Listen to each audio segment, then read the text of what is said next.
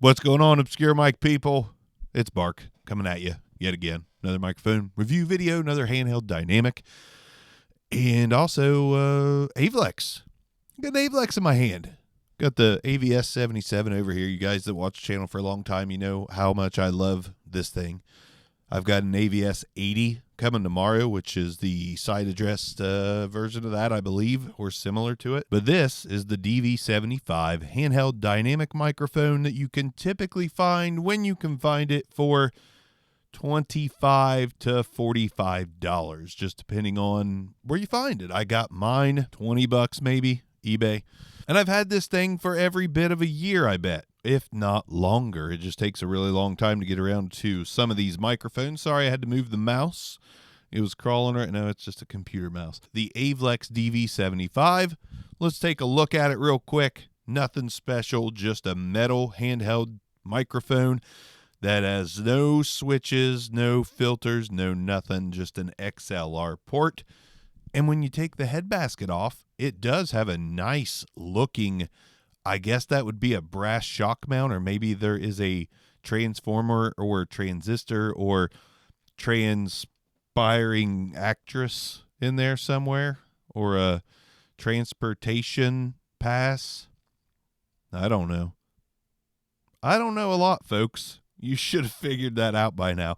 I talk into these shits. Talk into them shits is what I do, and I put them on the YouTube. And sometimes I build stuff, sometimes I don't. But the point of this channel, for those pretentious bastards out there who judge everyone who's, just trying to have a good time on camera, these microphones are for you to hear.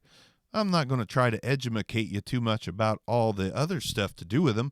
It's just, hey, that's a weird mic. Never heard that anywhere. Well, now you have. The Avlex DV75. I've never heard it anywhere, but now there's a reference to go to, and it's me. It's that crazy-ass Mark guy.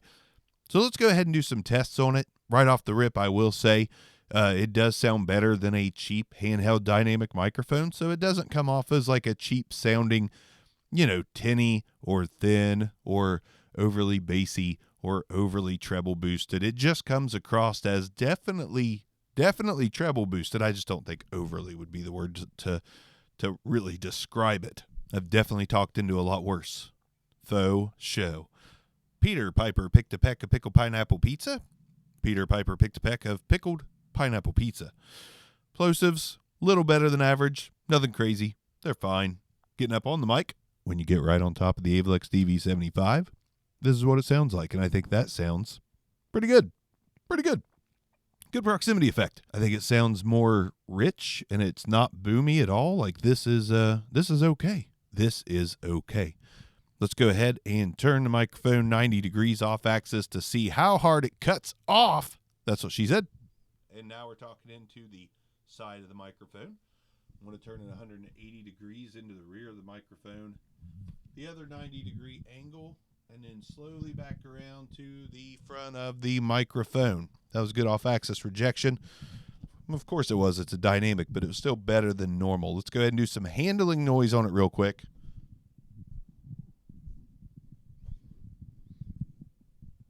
It's a really solid mic. Like, well-built, heavy. The grill is super tough, super strong. Everything about this mic feels like quality. I mean, it doesn't feel cheap at all. Not an inkling, not an iota, nothing. Feels really good in the hand. That's what she said. And she meant it when she said it. Let's do some keyboard typing here, just so you can see what the off-axis rejection is when I'm typing while I talk and talking while I type. Man, this microphone is, I